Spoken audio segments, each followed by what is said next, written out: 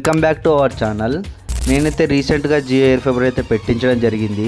ఎందుకంటే మా ఊళ్ళో వేరే ఫైబర్ కనెక్షన్ అయితే అందుబాటులో లేదు. సో దీనికి నెలకైతే నేను 700 పెట్టి రీఛార్జ్ చేస్తాను కూడా నేను పెట్టించడం జరిగింది. ఎందుకంటే నాకు పక్కన నుంచి అయితే 5G సిగ్నల్ అయితే ఇప్పుడైతే వస్తుంది. ఇదే అవుట్డోర్ కనెక్షన్. అవుట్డోర్ నుంచి ఇండోర్కి ఇదే వైర్ ఉంటుంది.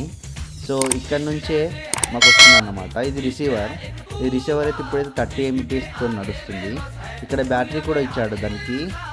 ఇది అవుట్డోర్లో ఉన్న రిసీవర్ నుంచి ఇండోర్లో ఉన్న రిసీవర్కి అయితే డాటాను అయితే చేరవేస్తుంది. అండ్ దీనికి సెటప్ బాక్స్ కూడా ఇచ్చాడు. అది 4K సెటప్ బాక్స్. మాకు HDMI కేబుల్ సపోర్ట్ లేనందున నేను ఒకటైతే ఆర్డర్ పెట్టాను, HD to AV. రిసీవర్ నుంచి అయితే మనకి ఎంత దూరం సిగ్నల్ వస్తుందో అయితే ఇక్కడ మెన్షన్ చేయలేదు.